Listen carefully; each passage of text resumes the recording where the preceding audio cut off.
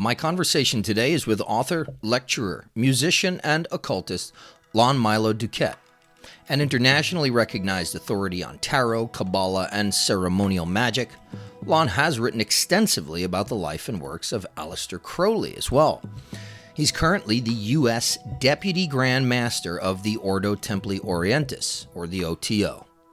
Lon and I sat down to discuss his latest book, The Tarot Architect: How to Become the Master Builder of Your Spiritual Temple. And as one might expect, it was a conversation filled with equal parts profundity, absurdity, and hilarity. I'm Ike Baker, and this is the Arcanum Podcast.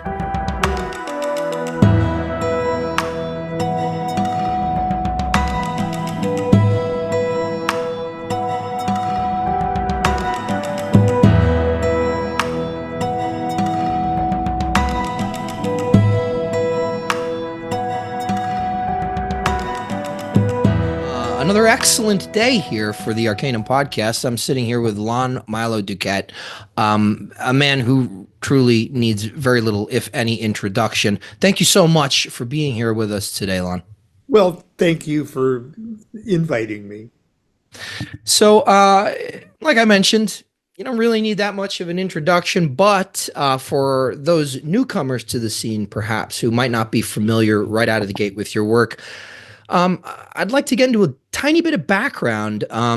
What brought you to the study of magic and the occult, and what has kept you here? Well, what brought me here probably we could trace back to about 1966, and just with the three letters LSD. And that more or less was the Great Awakening, that what was inside was infinitely bigger than what is outside, if that makes sense. And it was just well timed with the cultural revolution at the time toward introspection, Eastern mysticism, along with a really mindful use of psychedelics, at least for the first couple years. But it really was what a young man from Columbus, Nebraska. It was the heavy artillery that needed to explode me out of an otherwise sort of materialistic, totally materialistic point of view. I say I don't like to tell people that I saw God experiment or experience. But it was sort of like that. It was sort of like, it was an incredibly, I guess, clean dose of LSD that I ingested in the restroom of a folk music saloon that I was playing at in Belmont Shore. And about 8 hours later, I was somebody else, and I knew that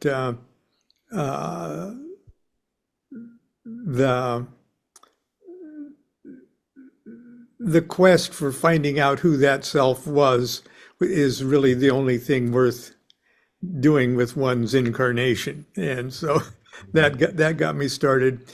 I wanted to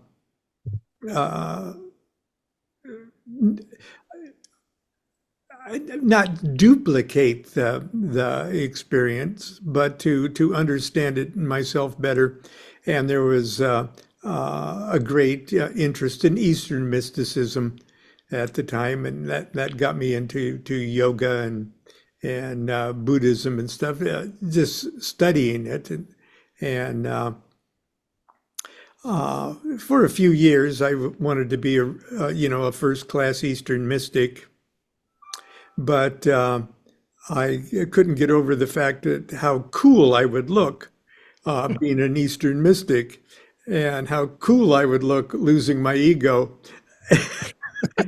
And so I figured, well, there's a disconnect in my Western hardware here, Mm. that I know everything is inside, but uh, I seem to be hardwired to look for it outside. Mhm. And so I was looking for something that was comparable in Western uh, culture, or the Western psyche, I'll say. And so that got me sort of into Kabbalah and the way the West has traditionally handled things over the centuries, uh, and that the I really wanted something that the West could provide that was comparable to that Tao Te Ching Mm. thing. Okay, because I sort of got where the Tao Te Ching was coming from, and I knew that. Yeah, I wish I just had a Tao Te Ching that was salted with Western spices, and that's where the Kabbalah, the Tarot, and the Hermetic traditions started to come in. And it was only a matter of time before I was confronted with the reality of the works of Aleister Crowley. And uh, a good friend of mine encouraged me, saying that don't worry if he freaks you out. Don't worry. Don't worry. Yeah, he was, yeah, but he was a good kind of whatever it was. Uh, just everything you want to know, and everything you're interested in, everything you want to master in yourself. This guy handled it in English, better than anyone else on the planet. And if you're serious about this, you're going to have to come to a real kind of in-depth understanding of Crowley and the ceremonial magic end of things. Mm. Is that a good enough review? Absolutely, absolutely. It's there's even it even strikes me as a bit romantic too. For it's very nice to hear that kind of reflection. But where did and I can tell, not just from the lectures that you do, because when I was first looking on the internet for, years ago, 10 years ago, when there was very little on the internet about magic, I remember running into your videos. You had videos up from talks that you had given, and you struck me as somebody who really, I mean, you helped me understand the Kabbalah in a lot of ways. But when did the passion or care for working with the tarot, when did that kind of strike you? Because it's evident from this book, your latest book, that you have a real grasp on that as well, but a real care for it, a real passion for the tarot. Well, I'm really lazy, okay? And the Kabbalah, while just being profound and transcendently cool, uh, uh, can be boring, and the way it's presented usually is pretty dry, and a lot of it comes from a real traditional uh, parochial point of view that sort of demands a spiritual worldview that's pretty limited. And so I joined at my brother's insistence, I joined the Rosicrucian Order Amorc. This is like 1972 or something, 71, 72. And he said there's like mystic Freemasons. Yeah, only there's women too, you know. And I said, oh, well, that sounds like, because our father was a Mason, okay. Oh, And uh, he was like one of the most just noble characters that I've ever known, and and moral, but not moral because he was religious, because he was pretty almost. He said he'd be an atheist, but atheists can't be Masons, and he's a Mason, so he's not a. So he's not an atheist, but pretty much he was an atheist. But he was good. He was a good man, a moral man, a noble man, and he was just good for goodness sake. Okay, and I sort of perceived that this masonry thing was the source of that I don't know if you call it energy, but a very important brick in the temple of his character, and.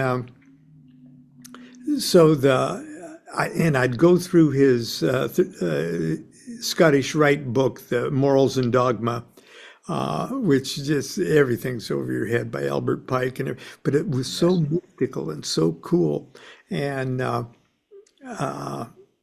it had cool pictures, alchemical pictures and stuff, and I always ask him about it. He said, well, I can't really tell you about it because he didn't know, you know. But I can't tell you about it because it's secret. And he used to rattle off all 32 of his degree titles, you know, Prince of the Royal Secret. Was the last. And I said, well, what's the royal secret? I can't tell you. I said, well, you can tell me, I'm your son. Did you tell mom? You know, he said, no, I can especially not tell your mother, you know. And I said, oh, that's so cool, you know.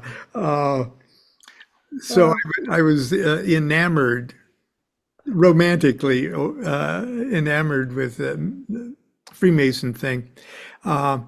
But I joined the Rosicrucian Order Amorc, and most people just take the correspondence course, which is like grade school chemistry and very lightweight, you know, new thought kind of thing. But the temple involvement in a local temple is a little different because you get to it's a form of ceremonial magic, although they don't call it that, you know. And so I joined a local lodge there, and they saw me coming because most everybody there was, you know, over 60, and they saw this new blood coming in, and so I almost immediately got to be a lodge officer. That's where I learned that I really enjoyed. I really spiritually resonated with dressing up in robes and strutting around in the dark. And I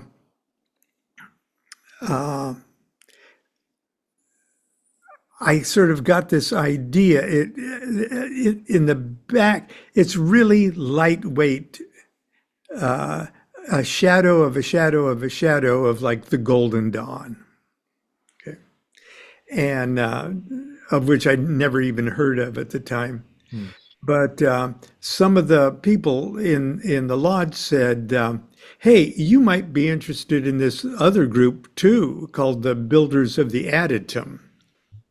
And they have a course too on introduction to tarot as it relates to the Kabbalah. And so I started taking their course. And that's when I saw, okay, this is perfect for my lazy mind. I like flashcards. I like to organize things out in front of me. And then I started to get, there's actual flesh to this spirit of the Kabbalah. Oh, the Hebrew alphabet is these tarot cards. Oh, the Kabbalistic worlds are these tarot suits, and it was easy for my attention deficit disordered mind to grasp. And so that's how I got into it. And I wanted to read more and more the works of Paul Foster Case, which is his works I still recommend, are just wonderful. I'd later find out that he was a member of the American version of the Golden Dawn. And the more I got interested in the Golden Dawn, the more I came face to face with this Aleister Crowley character. And one day in the early 70s, I was at B. Dalton Pickwick Bookstore, is what they called it at the time. And big bookstore, big commercial bookstore at the South Coast Plaza Mall. And I saw this Rose Cross image on a box. And I didn't know what kind of box. It was almost too small for a book. But anyway, it was on display. And I said, ooh, I'm into Rosicrucian stuff. And so I get the box and I see it's a box of tarot cards. And I go, ooh, I'm into tarot cards too, So I'm going to get this. And I get it home and I open it up and it's just awesome. It's beautiful. But it's so beautiful, it's almost scary. Okay, because it's not like BOTA cards. I mean, there's figures with no faces and bare breasts and things like that. It's not your father's tarot deck, And some of them are just colored so awful, and and then I look at the side of the box and it says created by Aleister Crowley. And I said, God, that name rings a bell because I've been, and so I have this little occult dictionary that I bought at the grocery store. I bought it at Ralph's. What it was doing there, it was right by the make your own macrame books and, homemade sushi and stuff. And then occult dictionary, little pamphlet. And I look up Aleister Crowley and it says famous Scottish Satanist. And oh God, no wonder these cards freaked me out. He's a Satanist. And I didn't know that my imagination of what that meant.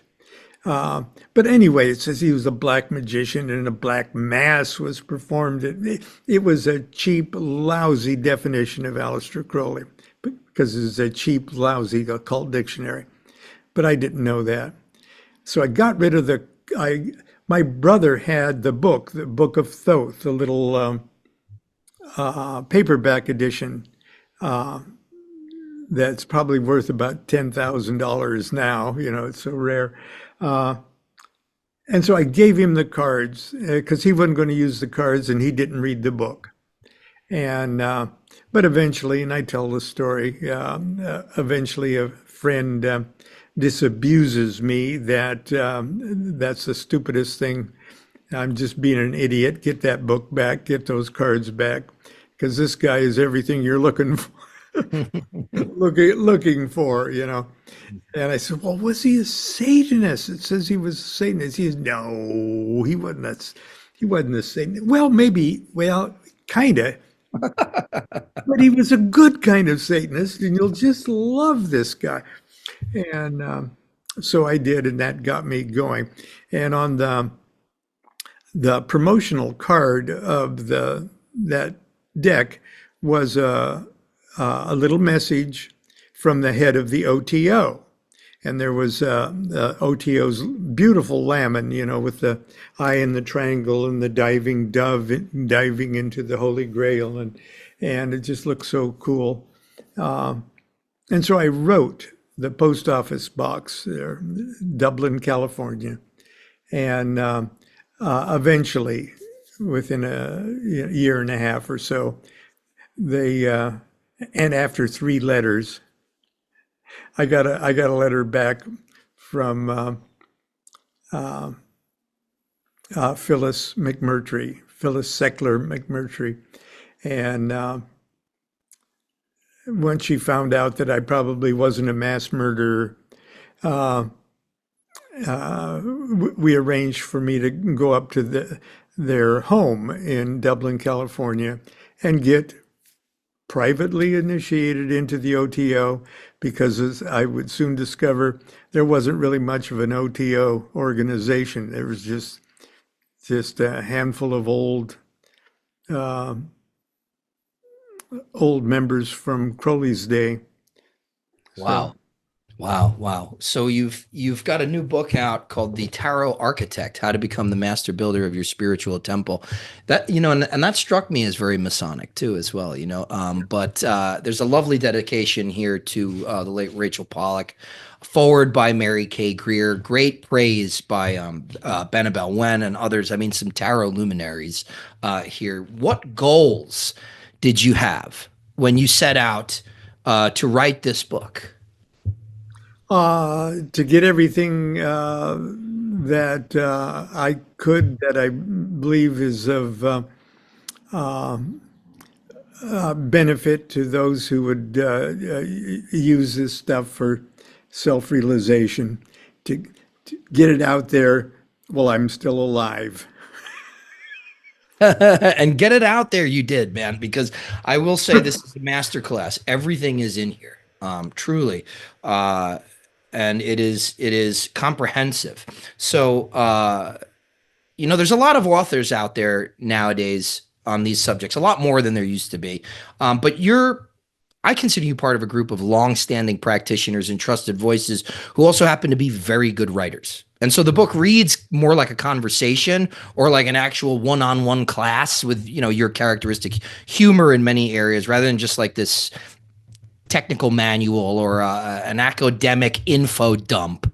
The autobiographical commentary bits, they feel very intimate, almost like a reliable narrator in a novel. So that bit of gushing aside and praise, you do have a very firm grounding in Kabbalah, and you're very, as I said, you're adept with language. So, but I'm wondering, and you talk about it a little bit in the book, but for our listeners here who haven't picked up the book yet, what gives the tarot this odd, almost uncanny species of autonomy? What is the tarot diviner really working with here? You mentioned in the book this concept of holographic consciousness. I mean, is it, in your view, consciousness? Is it psychology? Is it an egregore? Is it spiritual entities?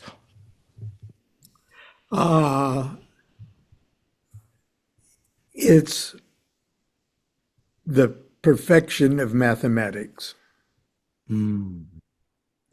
that is approached not through your meat brain, but from your soul. And I know that didn't tell you anything practical, but in a sense, the things that makes Kabbalah, makes the tarot magical, is its mathematical perfection. The structure of the tarot, I really meant it when I called it a house of cards. Okay, it is the mathematics of the music of the spheres, and the purpose of the book, and really my intent, was to, through a little bit of, a little bit of lecture, okay, but a lot of exercises and meditations that require nothing but you sitting down and step by step going through the same process of creation from when something that was potentially everything jumped out of nothing and then developed. The tarot, by attuning yourself step by step with the dynamics of what each of those cards represents. And the Kabbalah just gives you the menu in order, the outline and the menu of creation, from when the singularity burst in to create dimension, and then the landmarks of dimension that eventually we call objective reality. And instead of just reading about the tarot cards, I wanted to implant the dynamics of the tarot card, which is the dynamics of creation itself, implant it like a seed inside the reader,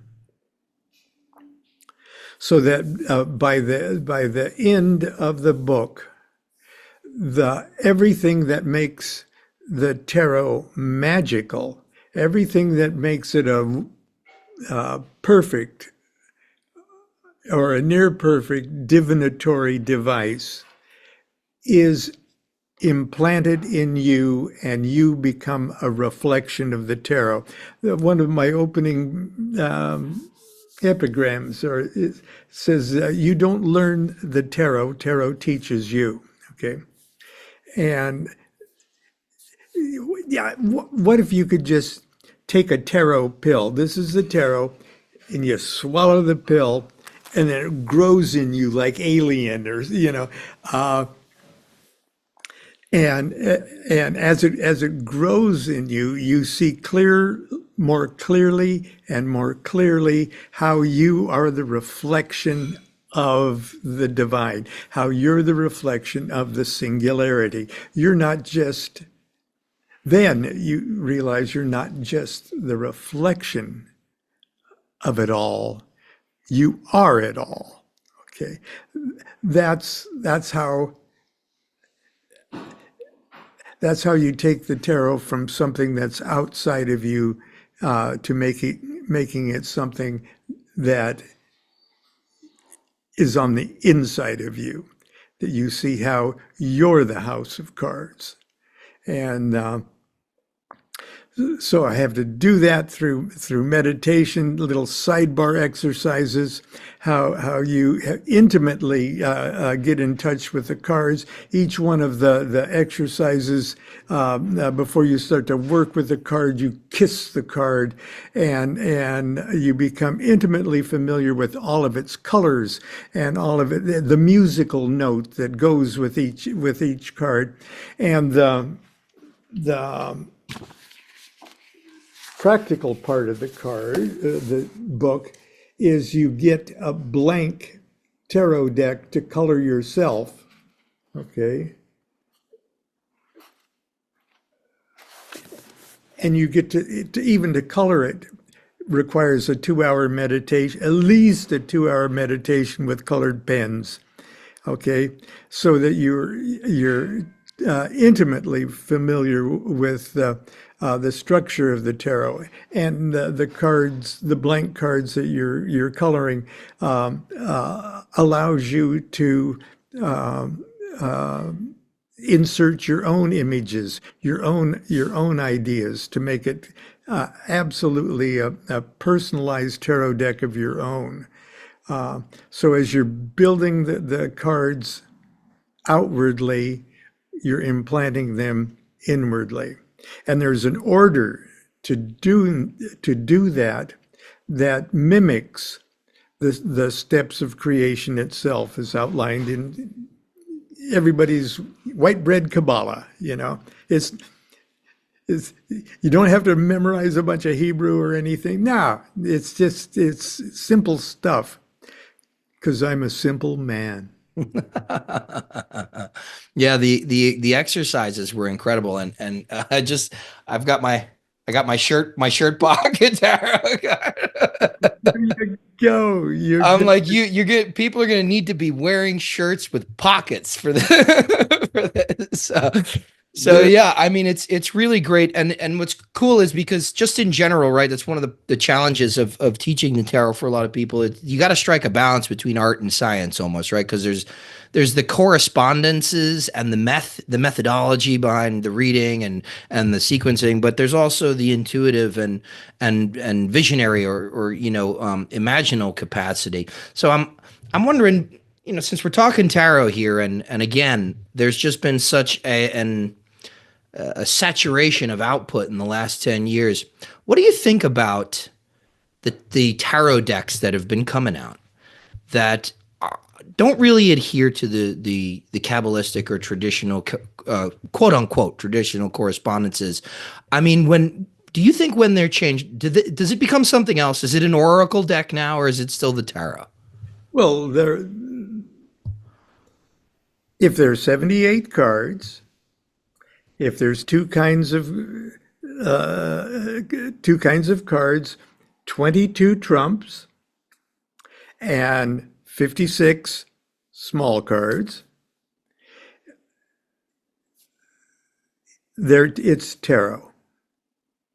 And I tell people right at the very beginning, whatever deck you like, if it's got 78 cards with 22 trumps, 56 small cards, use it. Use it for all of these exercises. You don't have to use mine or the Thoth deck. I've got a deck of tarot. As a matter of fact, the blank cards that you color in are just based on the tarot ceremonial magic. My deck, uncolored though. And I said, you could use the Alice in Wonderland deck. You can use, Winnie the Pooh deck. You could use Star Wars deck. The magic is in the structure. And if you get acquainted with what the structure means, you project the magic that's necessary in the cards themselves. And you may eventually want to use something that's more overtly, with a proper planetary zodiacal mix and elemental rulerships and things like that, which come with the Hermetic Kabbalah end of the tarot. But if you just have 78 cards, 22 trumps that more or less have the same names, okay, and you got 4 suits, and those 4 suits have 4 court cards and 10 small cards, okay, then you've got the whole Kabbalah right there, whether you know it or not, whether you care about it or not. You got a Kabbalah universe in your pocket. You've got that house of cards right there, and you can use those for all these exercises. So. And it's really, I really love the emphasis you place on the cosmological aspect of it all. I happen to be, for anybody that's watched my channel and knows, familiar with some of my work, I'm very much into the Neo-Pythagorean, Neoplatonic kind of way of wrapping my head around this stuff. So when I saw you write, and it's interesting because I've devoured material on tarot. I came up through the system of the Hermetic Order, the Golden Dawn, with the Ciceros, and there was stuff in this book that was new to me. These ideas like You talked about how the pips, right, the small number cards, they reside inside their ace, and they're really just there's sort of this unfolding or descending and decaying aspect of the ace itself. I think that is a brilliant way, and I've never heard that before. To look at the numbers, but Hermetic Kabbalah forms this, a good portion of all this stuff, and you do it is very approachable the way that you put it out there. Like you say, you don't have to memorize a bunch of Hebrew, but one of the interesting sort of like theoretical models that you give as a working tool is the cube of space. And I love the idea of the cube of space because it's filled with this cosmology. But for anybody that's like any listeners that might not be acquainted with that construct yet, could you describe it a little bit, and how you kind of use it in the book? Yeah, the cube of space uh, deals directly with the 22 trumps. Okay. And the 22 trumps kind of go from 0 to 0. The 0 that everything jumps out of at the beginning, and the 0 at the end, the universe card, where everything jumps back in. And that 0 at the end, the universe card, the one you've got in your pocket right there, okay, is yeah, is attributed to what you might think of, if you're kind of familiar with Greek mythology, of the pre-existent titans that ruled before there was a universe. Okay, there were titans, and the head of the titans was Saturn, that would devour his children so that they wouldn't, so that a universe wouldn't be created, and the first child that escaped actually burst into a manifested universe, yeah, Zeus, and became king of the gods, who thought he was king of the gods because there was no other person in this new dimensional universe. I must be God because I don't see anybody else here. And so if you were that pre-singularity that you've got in your pocket right there, and you wanted to create a universe, if you wanted to create existence, okay, what do? And the Kabbalists had to come up with a series of thought experiments, like Einstein, okay, thought experiment. What would I do? And they came up with this concept of, out of this negative singularity, what you've got in your pocket right there, it just stretched, just burst and stretched in a straight single line, like the Masons say, from a point to a line. Okay. And that line that goes continually upwards and continually downwards at the same time. That's almost a dimension, but not quite yet. Okay. And that is the first tarot card, the 0 at the beginning, the Fool. Okay. The Fool, the Aleph of the Fool. And that's the first mother letter of the 3 mother letters of the Kabbalah. And so that line was created, and then it said, well, that's a pretty damn skinny existence, so I'm going to burst from right to left, so it bursts from right to left. Well, let's say it bursts from forward to backwards, okay? Because now it has something to relate to. It's got horizontal to relate to. So it bursts forwards and backwards at the same time. And that's the second mother letter of the Hebrew alphabet. And that's Mem. And so that would be the Hanged Man card. Okay. So you're linking up infinite up and down with the Fool, infinite forward and backwards or east and west with the Mem card. And then right and left for north and south. Though, which is the third mother letter, and the third mother letter trump, which is the Judgment card or the Aeon card, the Fire card. Aleph, the Fool, is air, primitive air. Mem, the Hanged Man, is primitive water. North and south, right and left, is primitive fire. Aleph, Mem, Shin, three mother letters of the Hebrew alphabet that create up and down, right and left, and forwards and backwards. You've created dimension. Like the Masons say, from a line, from a point to a line, from a line to a plane or a superfice, from a superfice to a solid. And the solid is the dimensional universe that we're in.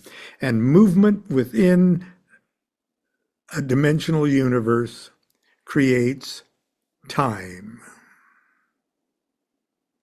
So those three Hebrew letters, and as you're doing your meditations, just on those three cards, you've created a dimension that everything can happen in. Now, because you can't wrap your meat brain around the concept of something that's going infinitely, anything, infinitely up, infinitely down, right, left, front, back, the Kabbalists assigned an artificial limitation to up and down and right and left and forward and backwards.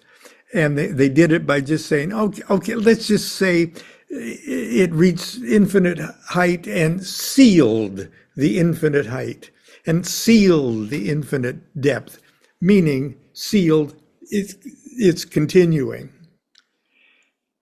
Those three dimensions bursting from your center have just created height, depth, north, south, east, west, center, created the 7 double letters of the Hebrew alphabet and the 7 tarot cards that are signed to the planetary spheres. So that dimension created duality, up, down, right, left, front, back. And those are called double letters of the Hebrew alphabet. And that created a cube because all of them were intersecting at right and left. An infinitely expanding cube, which is one way of looking at an infinitely expanding universe being created from the Big Bang singularity, which is the card in your pocket. And that cube has 12 oblique angles or edges. And those are the 12 simple letters of the Hebrew alphabet and the 12 zodiacal cards of the tarot. And just taking that little story step by step, using those cards, you become more and more and more intimate with those cards. Eventually, you'll just look at the Empress card, the Venus card, the Love card, the card that stands for Dalits.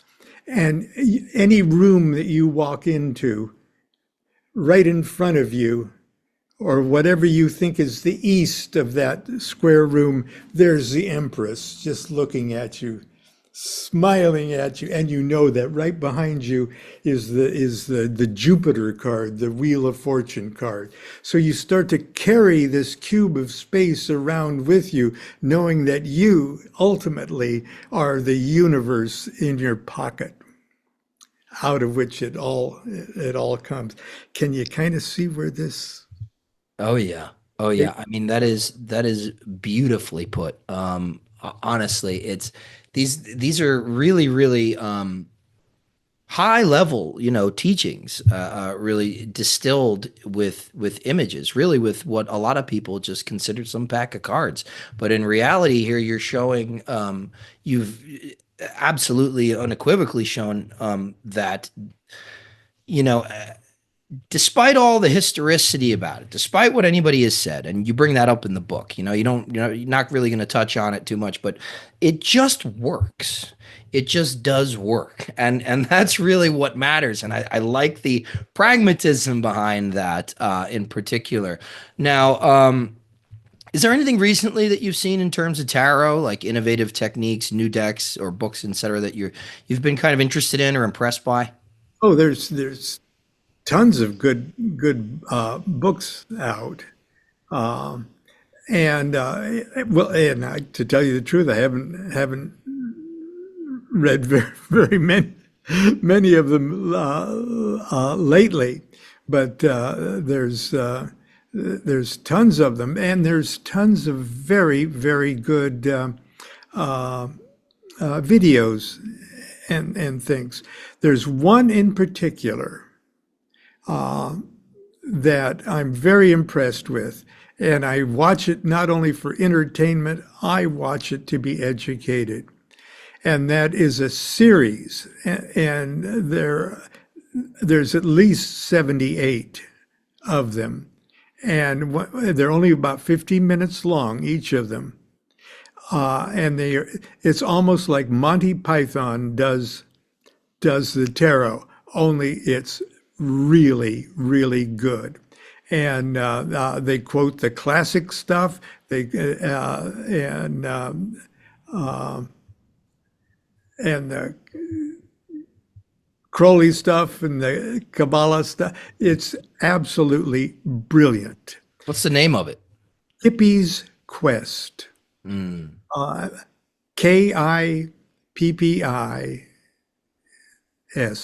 Kippy's Quest. Kwest. That's awesome.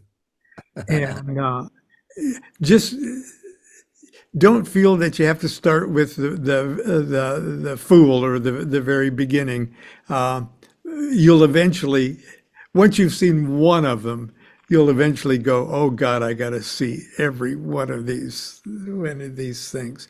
So that is the one that I am currently most excited about and want to share. You got to see this. You got to see this because again, you can see that Kippy really gets it and is really excited about it, and it has really done its magic on him as not only a commentator but as a human being, and it's absolutely delightful. So there's Kippy's Quest. As far as all the different new tarot decks, and people are making them using AI, and they're using them with I applaud any effort using any device. When I made my deck, Tarot Ceremonial Magic, okay, I managed a little stock brokerage firm. Okay, when I say managed, I was like the only secretary in the whole place. And the boss was always out of the office. So I had this. I'm talking 1982, 3, 4. Okay, so all I had was copy machines that could enlarge and reduce, and I could make transparencies on. And I was alone in the office sometimes 8 hours a day, okay, with nothing to do except type a few letters, make a few phone calls, and put blank note cards, index cards into the copy machine with my designs and stuff. Okay.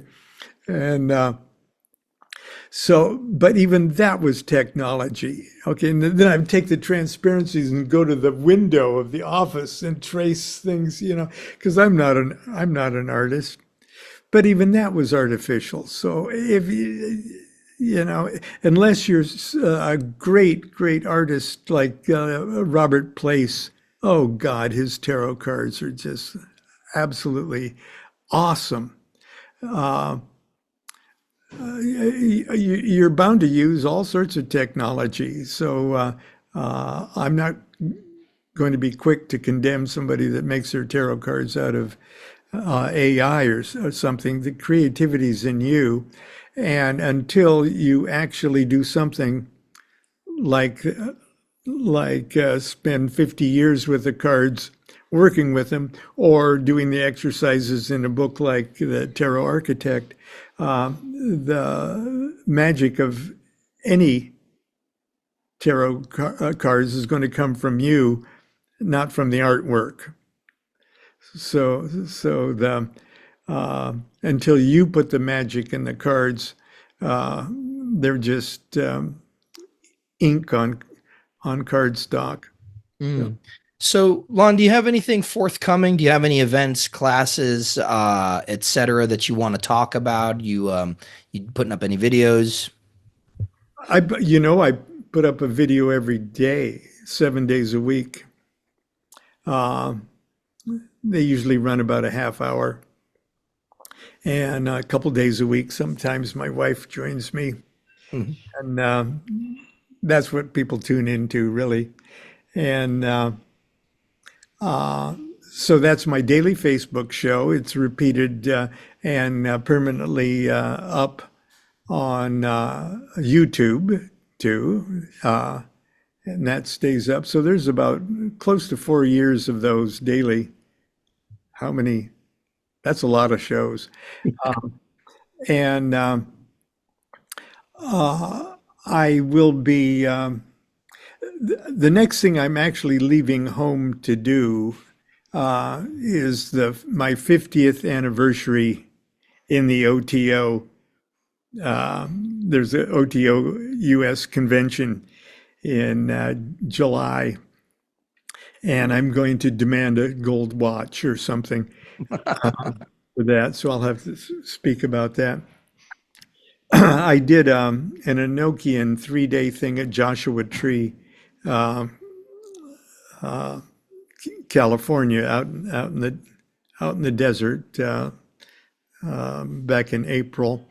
And I'm going to actually be doing another one of those, a 3-day thing for the Tarot Architect, and that'll be next year. But I'm doing. I have two other books that are in the pipeline right now that I'm struggling with the last nightmares of graphics and indexes and things. But I wish I could say I was more active.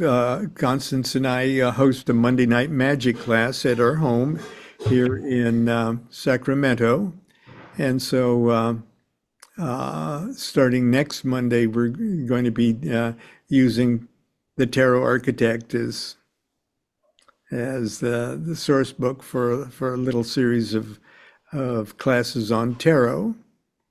And other than that, I'm not doing anything.